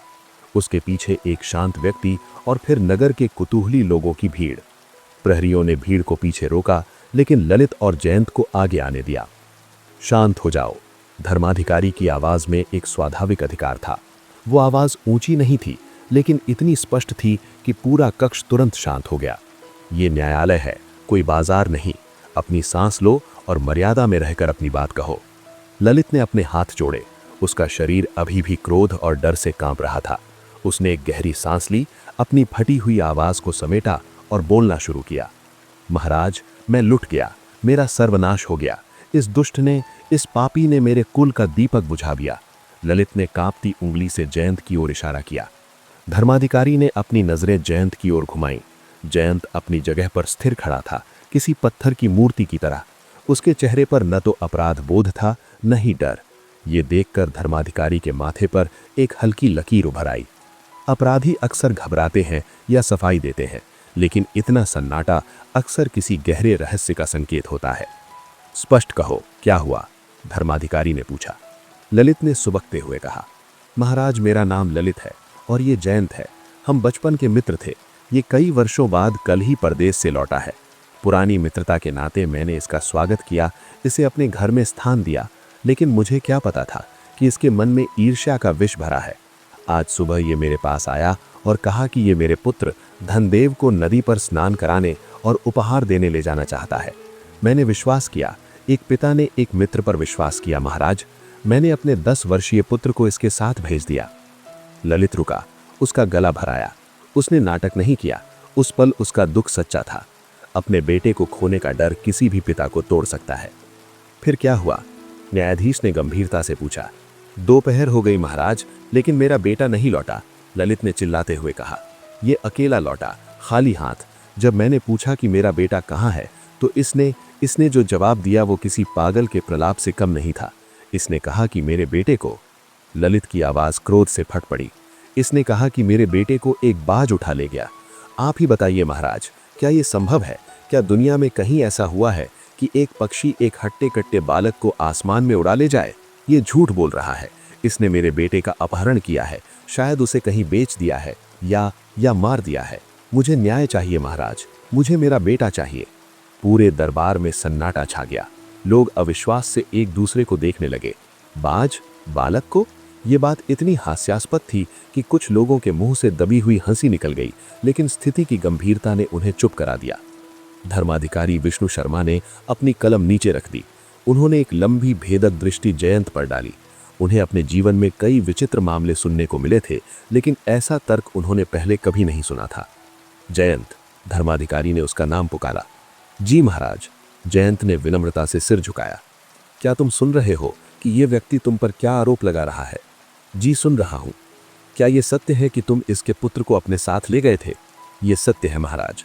तो बालक कहाँ है? धर्माधिकारी का स्वर अब थोड़ा कठोर हो गया। जयंत ने अपनी आंखें ऊपर उठाईं और सीधे न्यायाधीश की आंखों में देखा। उसकी नज़र में एक अजीब सी सच्चाई थी जो उसके शब्दों से मेल नहीं खा रही थी। महाराज, जयंत ने शांत और संयत स्वर में कहा, मैं वही सत्य दोहराऊंगा जो मैंने अपने मित्र ललित से कहा था। जब हम नदी किनारे थे, बालक मेरे वस्त्रों के पास खड़ा था। तभी आकाश से एक विशालकाय बाज झटका। उसकी गति बिजली जैसी थी। उसने अपने पंजों में बालक को जकड़ा और पलक झपकते ही बादलों में विलीन हो गया। मैं असहाय देखता रह गया। न्यायालय में एक शोर उठा। झूठ, सरासर झूठ। दरबारी और दर्शक चिल्लाने लगे। ये न्याय का अपमान था, ये बुद्धि का अपमान था। धर्माधिकारी ने अपना हाथ उठाया और सबको शांत रहने का संकेत दिया। उनका चेहरा लाल हो रहा था। उन्हें लगा कि जयंत न्यायालय का मजाक उड़ा रहा है। जयंत, धर्माधिकारी ने मेज पर मुक्का मारा, क्या तुम होश में हो? तुम किसके सामने खड़े हो इसका तुम्हें भान नहीं? ये धर्म न्यायालय है। यहाँ असत्य और तर्कहीन बातें करने पर कठोर दंड दिया जाता है। तुम हमसे ये कह रहे हो कि एक पक्षी जिसका वजन मुश्किल से कुछ सेर होता है, वो 40 सेर के बालक को उठाकर आकाश में ले जा सकता है? क्या तुम हमें मूर्ख समझते हो? जयंत विचलित नहीं हुआ। उसने हाथ जोड़ लिए। क्षमा करें महाराज, मैं जानता हूं कि यह अविश्वसनीय लगता है, ये प्रकृति के नियमों के विरुद्ध लगता है, लेकिन मैं क्या करूं? जो मैंने देखा वही कह रहा हूं। यदि मेरी बात झूठ लगती है तो शायद इस नगर की हवा में ही कोई दोष है। हवा में दोष? धर्माधिकारी की भौहें तन गई। पहेलियां मत बुझाओ, सीधे बताओ कि बालक कहाँ है, अन्यथा तुम्हें अभी कारागार में डाल दिया जाएगा और कोड़ों से तुम्हारी खाल उधेड़ दी जाएगी। ललित बीच में बोल पड़ा। देखा महाराज, ये अभी भी झूठ बोल रहा है, ये ढोंगी है, इसे कठोर से कठोर दंड दीजिए। जयंत ने एक गहरी सांस ली। वो जानता था कि अब सही समय आ गया है। वो कगार पर खड़ा था। एक और कदम और या तो वो खाई में गिरेगा या फिर वो उस पुल का निर्माण कर लेगा जो उसे उसकी मंजिल तक ले जाएगा। महाराज, जयंत ने थोड़ा ऊंची आवाज में कहा ताकि पूरा दरबार सुन सके, दंड स्वीकार है। यदि मैं दोषी हूं तो मुझे मृत्युदंड भी स्वीकार है, लेकिन दंड देने से पहले क्या न्याय का ये नियम नहीं कि अभियुक्त की पूरी बात सुनी जाए? क्या आप ये नहीं जानना चाहेंगे कि इस नगर में और कौन कौन सी असंभव घटनाएं घटित होती रहती हैं? धर्माधिकारी रुक गए। जयंत के शब्दों में एक चुनौती थी, लेकिन एक निमंत्रण भी था। उसकी आंखों में पागलपन नहीं था, बल्कि एक सोची समझी रणनीति की चमक थी। तुम क्या कहना चाहते हो? धर्माधिकारी ने अपनी कुर्सी पर पीछे झुकते हुए पूछा। तुम्हारे पास अपनी सफाई में कहने के लिए क्या है? जयंत ने मुड़कर ललित की ओर देखा। ललित की आंखों में अब घबराहट तैरने लगी थी। उसे अचानक वो तराजू याद आने लगा था। जयंत ने अब वापस न्यायाधीश की ओर देखा और कहा, महाराज, मेरा अपराध केवल इतना है कि मैं एक ऐसे शहर में रहता हूं जहां प्रकृति के नियम बदल जाते हैं, जहां एक बाज बच्चे को उठा सकता है, क्योंकि ये वही शहर है जहां वो जानबूझकर रुका। सन्नाटा इतना गहरा था कि सुई गिरने की आवाज भी सुनाई दे, जहां चूहे 100 मन लोहे का तराजू खाकर पचा सकते हैं। ये वाक्य हवा में एक तीर की तरह चला और सीधे निशाने पर लगा। धर्माधिकारी चौंक गए। क्या? चूहे लोहे का तराजू? भीड़ में भी फुसफुसाहट शुरू हो गई। ये क्या नया मोड़ था? ललित का रंग पीला पड़ गया। वो समझ गया कि अब जाल पूरी तरह से बिछ चुका है और वो उसमें बुरी तरह फंस चुका है। जयंत ने अपनी रक्षात्मक मुद्रा छोड़ दी। अब वो आक्रामक नहीं बल्कि तार्किक दिख रहा था। उसने एक कदम आगे बढ़ाया। यही मेरा तर्क है महाराज, जयंत ने कहा। यदि इस नगर के चूहे मेरे पूर्वजों का 100 मन लोहे का तराजू खाकर पचा सकते हैं, तो उसी नगर का बाज एक बालक को उठाकर आकाश में भी उड़ सकता है। यदि पहली बात सत्य है तो दूसरी भी सत्य होनी चाहिए, और यदि दूसरी झूठ है तो पहली भी झूठ ही होगी। धर्माधिकारी विष्णु शर्मा एक चतुर व्यक्ति थे। वे तुरंत समझ गए कि मामला साधारण अपहरण का नहीं है, ये जैसे को तैसा का मामला है। उनके चेहरे का कठोर भाव पिघलने लगा और उसकी जगह एक कौतूहल ने ले ली। पूरी बात विस्तार से बताओ जयंत, धर्माधिकारी ने आदेश दिया। ये तराजू और चूहों की क्या कथा है? अब न्यायालय का वातावरण बदल चुका था। अब वहां केवल क्रोध नहीं बल्कि सत्य को जानने की उत्सुकता थी। जयंत ने बोलना शुरू किया और ललित की नजरें जमीन में गड़ गईं।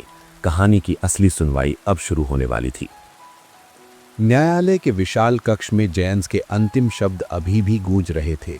जहां चूहे 100 मन लोहे का तराजू खा सकते हैं, वहां बाज बच्चे को उठा सकता है। ये वाक्य केवल एक तर्क नहीं था बल्कि एक दर्पण था। एक ऐसा दर्पण जिसे जयंत ने भरे दरबार में ललित के चेहरे के सामने रख दिया था। क्षण भर के लिए समय जैसे थम गया। दरबारी, प्रहरी और यहाँ तक कि स्वयं धर्माधिकारी विष्णु शर्मा भी स्तब्ध रह गए।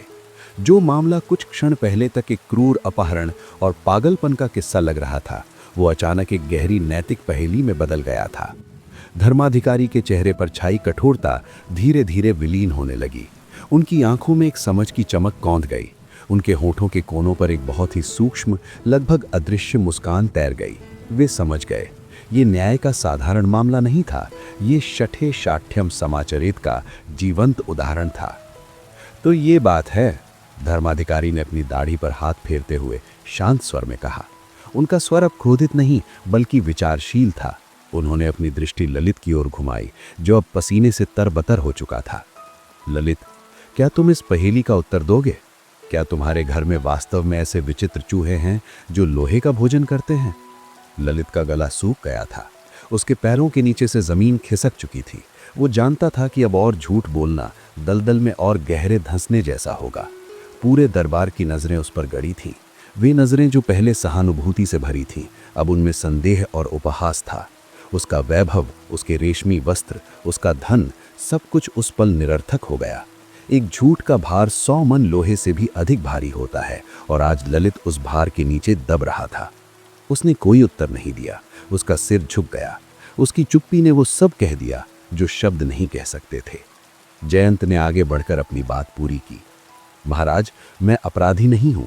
मैं तो केवल एक व्यापारी हूं जो अपने व्यापार के पहले नियम को समझता है, लेने और देने का संतुलन। 7 वर्ष पूर्व मैंने अपनी पैतृक धरोहर, अपना मान, वो लोहे का तराजू विश्वास के साथ अपने मित्र के पास रखा था। जब मैं वापस आया तो इसने मेरे विश्वास का मूल्य चूहों की भूख बताकर चुकाया। यदि इसका झूठ सत्य हो सकता है तो मेरा झूठ भी सत्य है। यदि ये अपना लोहा वापस चाहता है तो इसे मानना होगा कि चूहे लोहा नहीं खाते, और जिस क्षण ये मान लेगा उसी क्षण बाज भी बच्चे को वापस छोड़ देगा। पूरे दरबार में वाह वाह की धीमी फुसफुसाहट होने लगी। लोग जयंत की बुद्धिमत्ता के कायल हो गए थे। ये प्रतिशोध नहीं था, ये सुधार था। धर्माधिकारी ने अपनी काष्ठ की हथौड़ी मेज पर एक बार मारी। शोर थम गया। ललित, धर्माधिकारी का स्वर गंभीर और भारी था, तुम्हारे मौन में तुम्हारे अपराध को स्वीकार कर लिया है। लोभ मनुष्य की बुद्धि को वैसे ही खा जाता है जैसे जंग लोहे को। तुमने एक मित्र के विश्वास का हनन किया है, जो किसी भी धन की चोरी से बड़ा पाप है। ईश्वर को धन्यवाद दो कि तुम्हारे मित्र ने हिंसा का मार्ग नहीं चुना, बल्कि तुम्हें आईना दिखाया। ललित घुटनों के बल गिर पड़ा। उसका अहंकार टूट चुका था। क्षमा महाराज, क्षमा। वो फूट फूट कर रोने लगा। मुझसे भूल हो गई। लालच ने मेरी मति भ्रष्ट कर दी थी। वो तराजू मेरे पास है, सुरक्षित है। मैंने झूठ बोला था। चूहों ने उसे नहीं खाया, उसे मेरे लोभ ने खा लिया था। उसने हाथ जोड़कर जयंत की ओर देखा। जयंत, मुझे माफ कर दे भाई, मैं अंधा हो गया था। मुझे मेरा बेटा लौटा दे। मैं तेरा तराजू अभी मंगवा देता हूँ। मैं तेरे पैरों पर वो तराजू रख दूंगा। बस मेरा धन देव मुझे वापस दे दे। जयंत का हृदय पिसज गया। वो पत्थर दिल इंसान नहीं था। उसने ललित को सबक सिखाने के लिए ये खेल रचा था, उसे तड़पाने के लिए नहीं। मित्र को चरणों में गिरते देख उसे कोई विजय का अनुभव नहीं हुआ, बल्कि एक उदासी महसूस हुई कि धन कैसे रिश्तों में दरार डाल देता है। उठो ललित। जयंत ने आगे बढ़कर उसे कंधों से पकड़कर उठाया। मुझे तराजू नहीं चाहिए था, मुझे मेरा मित्र और मेरा सच वापस चाहिए था। तराजू तो बाजार में भी मिल सकता है, लेकिन विश्वास बाजार में नहीं मिलता। धर्माधिकारी ने मुस्कुराते हुए फैसला सुनाया। न्याय हो चुका है। दोनों पक्ष अपनी अपनी सच्चाई स्वीकार कर चुके हैं। ललित, तुम अभी अपने सेवकों को भेजकर वो तराजू आदर सहित दरबार में मंगवाओ, और जयंत, जैसे ही तराजू यहाँ आएगा तुम बालक को उपस्थित करोगे। ललित ने तुरंत अपने मुनीम को आदेश दिया। मुनीम दौड़ता हुआ गया। अगला 1 प्रहर दरबार में प्रतीक्षा का था, लेकिन ये प्रतीक्षा भारी नहीं थी। वातावरण अब हल्का हो चुका था। जयंत और ललित एक ही चबूतरे के पास खड़े थे, लेकिन उनके बीच कोई बातचीत नहीं हो रही थी। शब्दों की अब आवश्यकता नहीं थी। लज्जा और क्षमा के बीच एक मौन संवाद चल रहा था। थोड़ी देर बाद 4 मजदूर एक भारी वस्तु को उठाते हुए दरबार में प्रवेश किए। वो वस्तु मखमली कपड़े में लिपटी हुई नहीं थी, बल्कि अब वो खुली थी। वो वही तराजू था, काला, भारी, भव्य और प्राचीन। जब उसे न्यायालय के फर्श पर रखा गया तो उसकी गूंज ने पुरानी यादें ताज़ा कर दी। जयंत ने उस लोहे को देखा। उसकी आंखों में पानी भर आया। ये केवल धातु का टुकड़ा नहीं था, ये उसके पिता, उसके दादा और उसके संघर्ष के 7 वर्षों का साक्षी था। ये उसकी वापसी का प्रतीक था। धर्माधिकारी ने पूछा, जयंत, क्या ये वही तराजू है? जयंत ने झुककर उसे स्पर्श किया। लोहे की ठंडक ने उसे सांत्वना दी। हाँ महाराज, ये वही है। चूहों ने इसे उगल दिया है। अब तुम अपना वचन पूरा करो, धर्माधिकारी ने कहा। जयंत ने सिर हिलाया। उसने एक प्रहरी को कुछ निर्देश दिए। प्रहरी बाहर गया और कुछ ही क्षणों में वापस लौटा। उसके साथ धनदेव था। बालक बिल्कुल सुरक्षित था। उसके हाथ में अभी भी एक आधा खाया हुआ लड्डू था और दूसरे हाथ में लकड़ी का घोड़ा। वो दरबार की भीड़ देखकर थोड़ा सहम गया, लेकिन जैसे ही उसने अपने पिता को देखा वो दौड़ पड़ा। पिताजी! ललित ने दौड़कर अपने पुत्र को गले लगा लिया। वो उसे चूमने लगा, उसके अंगों को टटोलने लगा कि कहीं कोई खरोच तो नहीं है। तुम ठीक हो? उस बाज ने। बाज? कौन सा बाज पिताजी? काका ने तो मुझे गुफा में मिठाई खाने को कहा था। हम तो लुका छिपी खेल रहे थे। दरबार में हंसी की एक लहर दौड़ गई। सत्य अब पूरी तरह नग्न हो चुका था। न बाज था, न चूहे थे, थी तो बस मनुष्य की फितरत। धर्माधिकारी ने अंतिम निर्णय सुनाया। ललित, यद्यपि तुमने अपराध किया है, किंतु तुम्हारे मित्र ने तुम्हें क्षमा कर दिया है और मामला आपसी समझ से सुलझ गया है, इसलिए न्यायालय तुम्हें कोई दंड नहीं देगा।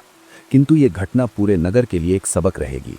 याद रखना, लोहे का भार तौला जा सकता है, लेकिन पाप का भार आत्मा को कुचल देता है। सभा विसर्जित हुई। न्यायालय के बाहर शाम घिरने लगी थी। आसमान का रंग अब गहरा नीला हो गया था। पक्षी अपने घोंसलों की ओर लौट रहे थे, इस बार असली पक्षी। ललित और जयंत सीढ़ियों पर साथ साथ उतरे। पीछे मजदूर वो भारी तराजू लेकर चल रहे थे। जयंत, ललित ने धीमी आवाज में कहा। नजरें अभी भी जुड़ी हुई थी। क्या हम अब भी मित्र हैं? जयंत रुका। उसने डूबते हुए सूरज को देखा, फिर उसने ललित की ओर देखा। उस नजर में कड़वाहट नहीं थी, लेकिन वो भोलापन भी नहीं था जो 7 साल पहले था। एक कांच जब टूटकर जुड़ता है तो उसमें दरार रह ही जाती है। वो दरार बुरी नहीं होती, वो बस याद दिलाती है कि अब सावधानी बरतनी है। हम व्यापारी हैं ललित, जयंत ने मुस्कुराते हुए कहा, एक ऐसी मुस्कान जो आंखों तक नहीं पहुंची। और व्यापारी पुराना हिसाब बंद करके ही नया खाता खोलते हैं। हमारा पुराना हिसाब बराबर हो गया। अब हम मित्र हैं, लेकिन अब तराजू मेरे घर में रहेगा। ललित ने फीकी हंसी के साथ सिर हिलाया। हाँ, वो तुम्हारा ही है, तुम्हारा ही था। दोनों ने एक दूसरे को गले लगाया। ये आलिंगन कल रात के आलिंगन से अलग था। इसमें बनावटीपन नहीं था, इसमें एक समझौता था, एक परिपक्वता थी। जयंत ने अपना तराजू अपनी बैलगाड़ी पर रखवाया। जब पहिए घूमे तो लोहे की हल्की सी खनक हुई। वो खनक अब मंगीत जैसी लग रही थी। उसने ललित से विदा ली और अपनी गाड़ी को अपनी पुरानी हवेली की ओर मोड़ दिया, जिसे उसने आज सुबह ही वापस खरीदने का बयाना दिया था। रास्ते में अंधेरा गहरा हो गया था, लेकिन जयंत का मन प्रकाश से भरा था। उसने सीख लिया था कि दुनिया में न्याय मांगने से नहीं, बुद्धि से मिलता है। और सबसे बड़ी बात, उसने सीखा कि विरासत को केवल संदूक में बंद करके सुरक्षित नहीं रखा जा सकता। उसे सुरक्षित रखने के लिए स्वयं को लोहे जैसा मजबूत बनना पड़ता है। काशी की गलियां अब शांत थीं, गंगा लहरें मार रही थीं। सब कुछ अपनी जगह वापस आ गया था। तराजू, बेटा और सत्य। बस एक चीज बदल गई थी, दो मित्रों के बीच की वो अदृश्य डोर जिसमें अब एक गांठ पड़ गई थी। और कहते हैं, गांठ पड़ने के बाद डोर और भी मजबूत हो जाती है, या शायद बस हमेशा के लिए छोटी हो जाती है। कहानी का यह अध्याय यहीं समाप्त होता है, लेकिन इसका गूंज मन के किसी कोने में हमेशा के लिए एक प्रश्न छोड़ जाती है। आपका तराजू किस ओर झुका है, विश्वास की ओर या लोभ की ओर? रात अब पूरी तरह से उतर चुकी थी। गंगा के जल पर चंद्रमा का प्रतिबिंब हिलोरे ले रहा था, जैसे कोई लोरी गा रहा हो। जयंत अपनी हवेली के उसी पुराने कमरे में बैठा था जहां से ये कहानी शुरू हुई थी। कमरे के कोने में साफ सुथरा और तेल से चमकाया हुआ वो लोहे का तराजू रखा था। अब उस पर धूल नहीं थी। अब वो गर्व से सिर उठाए खड़ा था। जयंत ने दिया बुझा दिया और अपनी शैया पर लेट गया। बाहर हवाओं का शोर थम चुका था। मन का शोर भी शांत हो गया था। नींद, जो कई रातों से उसकी आंखों से रूठी हुई थी, आज एक मां की तरह उसे थपकी दे रही थी। जीवन में संतुलन बहुत जरूरी है, चाहे वो व्यापार हो, रिश्ते हों या नींद। आज जयंत के जीवन का पलड़ा बिल्कुल बराबर था। एक गहरी, सुखद और स्वप्नहीन नींद उसका इंतजार कर रही थी, और उस नींद के आगोश में जाते हुए उसे बस एक ही विचार आया, सत्य परेशान हो सकता है, पराजित नहीं। और बस यूं ही एक और लहर ने अपनी कहानी कह दी। अगर ये कहानी दिल को छू गई हो तो कहानियों के समुंदर को सब्सक्राइब कीजिए और अगली लहर का इंतजार कीजिए, क्योंकि हर रात एक नई कहानी लेकर आती है। हाँ, शुभ रात्रि।